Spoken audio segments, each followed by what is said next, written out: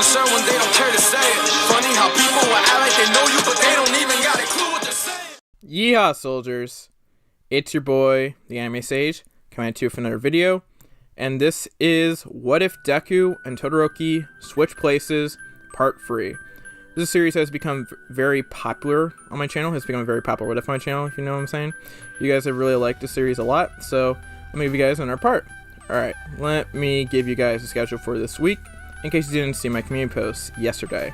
Wednesday is Tensei on Naruto, and Friday is a battle between a new part of What If Deku had Order Manipulation, and a new series in What If Deku had the Mjolnir or Thor's Hammer. Order Manipulation Deku is currently winning, but I will close that poll on Wednesday, so get to voting if you want something else. Also, that poll I posted for my next Naruto What If will close on Tuesday, so go vote for that as well. Speaking of polls, watch my community tab like a hawk. I post polls there, as well as vid updates and other stuff, which are very important to look out for. So again, watch my community tab like a hawk. Also, check out the people who made the edits for the series, Wavy and Golden. Their channels will be in the description. Alright, now for quick social media plugs. Twitter is at AnimeStage4. Twitter is a great place for you guys to interact with me, as I do tweet a lot, and acts as another way for you guys to get notified of my videos. I tweet them out after I publish them, so follow me on Twitter. Instagram is anime_stage4. I post frequently on Instagram, so it acts as another way to interact with me, so follow me on Instagram. Finally, join my Discord server. If you join my Discord server, you get access to supplementary content, notifications when I live stream ahead of time, and you can suggest to me ideas directly. It is also a good way for you guys to interact with me, so join my Discord. Link will be in the description. Alright, now for the usual checklist. If you haven't seen the last part, link will be in the description. If you haven't seen this series at all, check out the playlist. With all out of the way, let's get right into the story. Alright, we are getting into the battle trial arc, in which Deku and Ochako are going to be versing two very different opponents from the original canon, Todoroki and Momo. So as someone in the comments put it bluntly, the battle of the ships. Keep in mind as well that Todoroki has a completely different quirk in this What If, called Pyrokinesis versus half hot, half cold. He is also known as Shoto Midoriya, but it's easier to call him Todoroki if you know what I'm saying. Also keep in mind, since the original battle of Bango versus Deku has kind of lost all its meaning, because they have only recently met at UA. So, why not pair the two main characters of this What If in a battle, along with the girls that they are probably going to be with? I want to say probably because, spoilers, Deku's like, this is going to be good. So, the break begins, and Ochako and Deku are going to be playing something out. They could go for something like in the original canon, or they will try to see if they can separate Todoroki and Momo, and then mostly rely on Deku to take down one of them, so they can overwhelm the other. Let's go with the latter. Meanwhile, Todoroki or Shoto Midoriya, Momo's plan will be to separate Deku, and the person who will do this is Shoto. This fulfills Shoto's desire to fight Midoriya, and will give them a better chance to win if Shoto can beat Deku.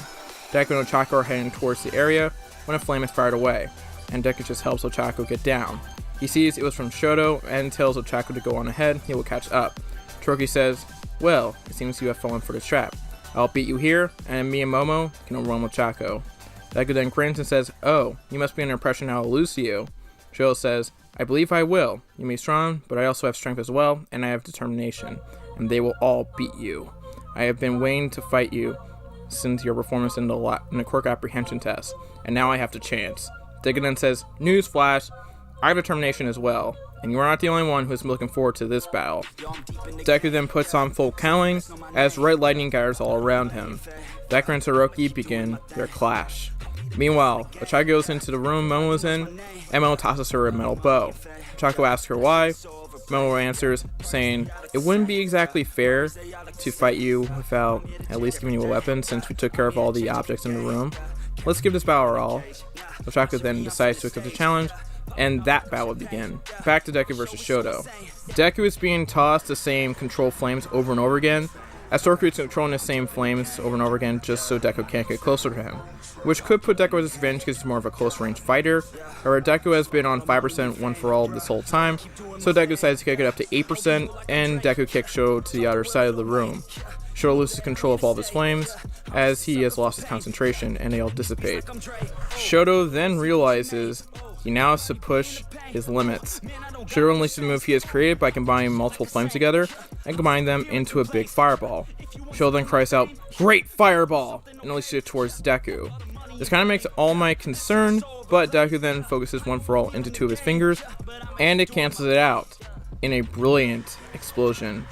I believe Deku could do something like this, as all he has to do is focus One For All into 2 of his fingers instead of 1, but probably doesn't do it because he kind of needs to save up his fingers. Deku's 2 fingers are mildly injured instead of completely broken because he has better control of One For All, and Sho is just shocked at what Deku did to his strongest attack. Just how strong is this kid? Todoroki is also at his limits at the moment because if he tries to unleash another attack like that, his lungs aren't really going to appreciate it. Deku will then speed over to Shoto, he'll kick him in the stomach, and then knocks him out. Deku then speeds over to Ochako as they now have a little over 2 minutes. Let's go to Ochako versus Momo. Ochako and Momo are engaging in bow-to-bow combat. Ochako and Momo are kind of even at first in the fight, but then Momo kind of starts overwhelming Ochako with her experience. Momo then strikes Ochako down as she is taken to the ground. Momo tells Ochako that she's got her, but then Ochako sweeps Momo's legs. Ochako then puts her bow near Momo's neck, and then she says that she got her. Momo then blindsides her with another bow she created, and knocks Ochako's bow out of her hand, and then Momo sweeps Ochako down with both of her bows. And then Ochako will say, "What happened to playing fair?" Momo then smirks and says, "Villains don't play fair. You should know that." Ochako's like, "Well, true." Then Deku comes flying in and kicks Momo to the other side of the room, and she is knocked out. Ochako says, "Thank you, Izuku." Deku says, "You're welcome. Why don't you give us the dub and take the weapon?" Ochako says, "Are you sure? You've done most of the heavy lifting here. Shouldn't you touch it?" Deku's like, "No, I insist. I don't mind. Give us a dub. You've also done pretty well. We both contributed in our own ways, so again, give us a dub." Ochako thanks Deku, and she grabs onto the weapon, giving Deku and Ochako the W with a little over a minute to spare. All my congratulations to Deku and Ochako, and let me go over briefly the other battles that have changed. Bakugo is now paired with Shoji and Suwadif, and they're going against Hagakure and Ojiro. So Bakugo and Shoji take the dub. And then Bakugo is like, "Don't worry, just because I won and you lost, you were kind of facing Deku." So that's his way of comforting Shoto. Next we have Kaminari and Jiro versus Ida and Mineta. In this one, Kaminari and Jiro take the dub over Ida and Mineta. Why? Simple. Kaminari and Jiro actually fight together, and Ida and Mineta are way too busy arguing over Mineta's treatment of women. Ida telling me that he is way too pervy, while Mineta tries to defend his actions. Jiro and Kaminari will take advantage of this, and that's how they take the dub. Deku will consult Ida after a loss like a good friend, which cheers up Ida a little bit. Deku, a little later, apologizes to Momo for hitting her to the other side of the wall, and Momo was like, "Don't worry, it's fine, you were fighting us, so it doesn't really matter." Deku's like, "Okay," and then heads over to Ochako.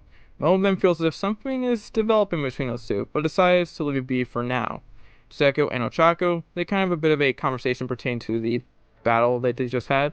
Specifically, Ochako kind of expresses to Deku that she wishes she could have done more. Deku says, "I mean, you already have a good quirk. You also did pretty well in the battle. You're just kind of outmatched with someone who is more in tune with their quirk. I can kind of understand where you're coming from, though. So, why don't we start training together?" Ochako says, "You would really do that for me?" Deku then nods, and Ochako thanks him via hugging. Deku kind of blushes, and then Ochako realizes what she just did, blushes, and then kind of goes back away from him and then apologizes. Deku is like, no, it's fine." He then decides to change the subject, but is starting to feel something, and he doesn't know what it is. They then discuss that they can start to train on the days they don't have school, and then Ochako will thank Deku again, and they go their separate ways for a night. Chemistry is developing here, folks, but I ain't gonna make it official yet. Also, before I go into a bit of the USJ arc, I'm gonna just say I will give Deku Ice and Fire quirk in One For All, as they haven't been revealed yet, and it kind of acts as a bit of poetic justice for Deku, if you know about Endeavor, I guess. So, let me know what you guys think about that. Alright, now let's get into the USJ arc. Reports decide to hound you away like in canon, and then one of them recognizes Ochako as the one who got attacked by the sludge monster. Ochako is a bit less, I guess, rude, but then again, if I was in that situation, I would kind of tell the reporters to buzz off as well. At the same time, she doesn't really want to deal with these reporters, but doesn't really want to be rude about it. Then Deku takes her away, and as I will tell all the reporters to buzz off. Ochako then thanks Deku, and Deku is like, "No problem." Deku and Momo are still elected as class reps, and while Deku is less nervous about it, he is more so shocked, kind of like in canon. Ochako and Ida will congratulate him, but Deku does express he is honored, but deep down, he's not sure if it's for him. Then the whole alarm situation happens, and Ida does his thing, so Deku will step down like in canon.